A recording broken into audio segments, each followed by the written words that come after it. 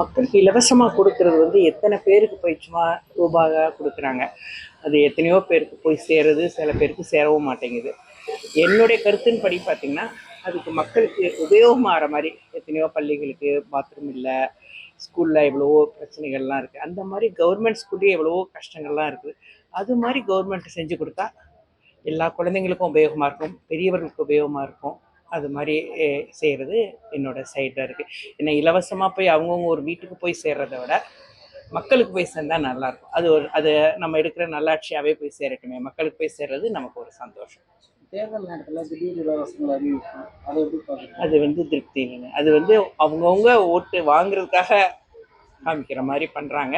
But அதை விட இந்த எத்தனையோ குழந்தைங்க எத்தனையோ பேர் இடத்துல இருக்கிற கஷ்டங்களை நிவர்த்தி பண்ணி கொடுத்தாங்கன்னா, இது முடிஞ்சுன்னா அதோட முடிச்சிடுறாங்க. அதுக்கப்புறம் அடுத்தாப்புல வரும்போது தான் அவங்களுக்கு செய்கிறதுக்கு வாய்ப்பு கொடுக்குறாங்க. அது மாதிரி இல்லாமல் மக்களுக்கு செய்கிறது நல்லாயிருக்கும். நான் என்னோட சைடில் கணிப்புங்க ஐயா.